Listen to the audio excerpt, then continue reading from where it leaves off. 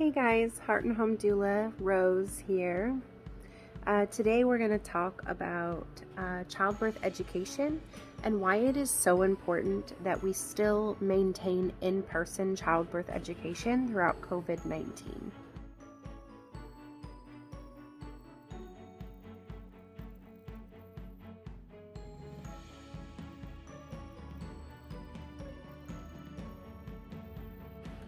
Now, you might be asking, why take a childbirth education class? Because over the last 20 years or so, they've become far less common. It used to be that hospitals would send people to childbirth education classes.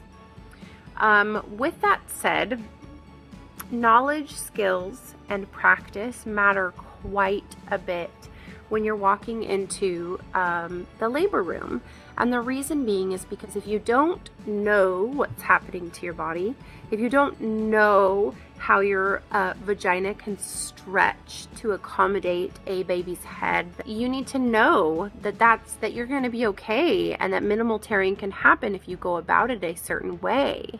It's very important that we are knowledgeable in how we approach childbirth.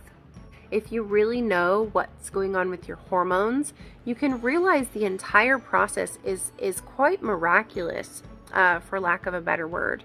Your hormones are working together from the moment of conception to prepare for the moment that you enter into labor and the postpartum period. There's so much more than just the 3 stages of labor to learn about. To guide you through the process, the importance of natural oxytocin, the importance of not disrupting the natural labor process, the dangers and the repercussions of disrupting the natural process. Statistically, the difference between a hospital birth and a home birth for mothers. Cesarean rate goes down when you have childbirth education on hand. The intervention rate can go down when you have childbirth education on hand. It's because what I have found is, rather than seeking out a childbirth education class, people are asking their friends, oh, how did your labor go? How did your labor go? And there's this fear cycle where women are like, oh, it hurt so bad because I had Pitocin and so I got an epidural and then I needed a C-section. Or they say, oh, it was really fast and I was scared and I didn't know what was going on, and so the doctor said I needed to do this and so I did it. Or, oh, my doctor was really, really mean to me and I didn't know I could fire my doctor. Like, there is informed consent, and it's very critical that our clients as childbirth educators recognize the importance and the criticality of informed consent. With that said, you don't know what you don't know. So you can look up online resources, you can seek the information for yourself for free, but really, are you going to know exactly what to look up? What does it sound like when you enter into transition? These are all things you can learn in a comprehensive childbirth education class that you really get minimally on a YouTube video.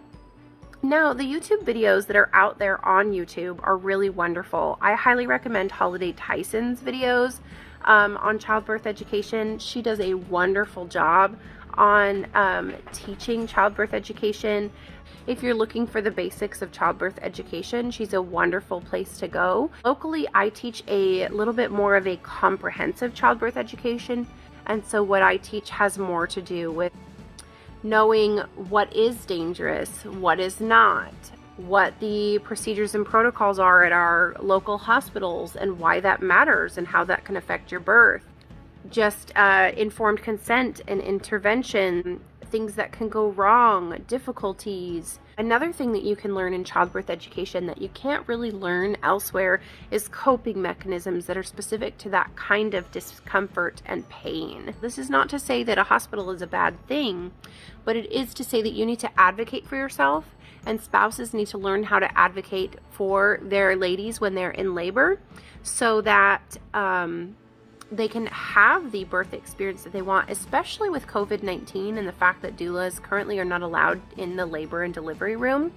It's very important. There has been this huge wave of women moving to midwifery for that fact.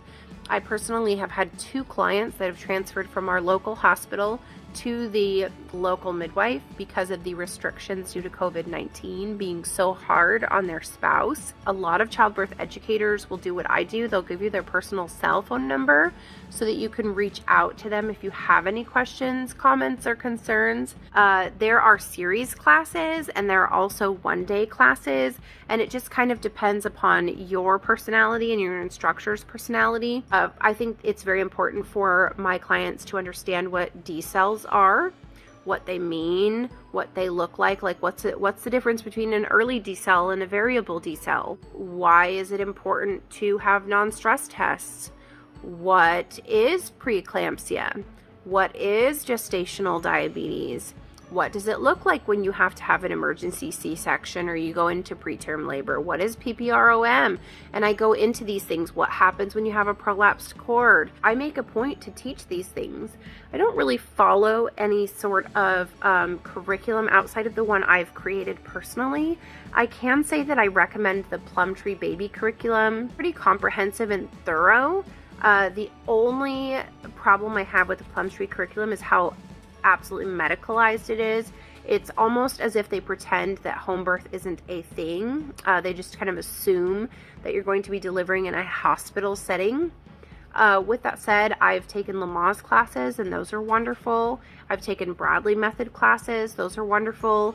I know people who have taken, I think it's baby boot camp. And I know other people who have done like birthing from within. Those all are wonderful programs. I decided to make my own curriculum after using after having a Bradley method birth, having a Lamaze birth, and then teaching off of the Plumtree curriculum. While it's impossible to know everything there is, you need to remember that it's very important that we know exactly what's going on with our bodies as women, especially since we're going to have a very large object coming out of our bodies through a very small hole. We need to realize why that isn't a scary thing, how physiologically that happens. There are women having designer births and having C-sections because they don't want to be stretched down there when that's not even it's not a thing. Your body is meant to have babies and built to have babies. And it's very important that we teach women that this is a natural bodily process that can sometimes require medical interventions, rather than treating it as a medical process that only medical providers can talk about. Us as mothers, us as pregnant women, us as doulas, us as childbirth educators have every right to discuss the aspects of childbirth that have been formally told were just for the doctors to discuss, or the nurses to discuss. Now, here's the thing. While I can't provide you with medical advice ever as a doula or a childbirth educator, I can ensure that you sure as heck have informed consent. And part of having informed consent is making sure that you have all of the information to make an informed decision. And you can use your BRAIN acronym, which is actually I got that from my Plumtree curriculum and my Madriella doula certification training and my Madriella childbirth educator certification training. And using your BRAIN is basically, you need to look at the benefits, the risks, the alternatives. What does your intuition tell you, and what's going to happen if you do nothing? Because if you're not asking yourself these questions, which most women are not when they're in the middle of a contraction and a provider is telling them something, if you're not asking these questions, how can you give informed consent? If you don't know about these procedures and protocols, if you don't know what goes on at your local hospital or birth center, or what the postpartum period with your local midwife is going to look like, then how can you really have a full understanding of what's going on with your care, your body, and your baby? And I think in this time where women are to be empowered and women want to take control over their what happens to their body and their medical needs, childbirth education is a very important part of that. My goal is that you know more before labor so that you can know more during labor, so that you can know even more postpartum. I thank you guys for listening. It has been wonderful to spend this time with you and share my knowledge base with you, and I look forward to my next video. Ciao.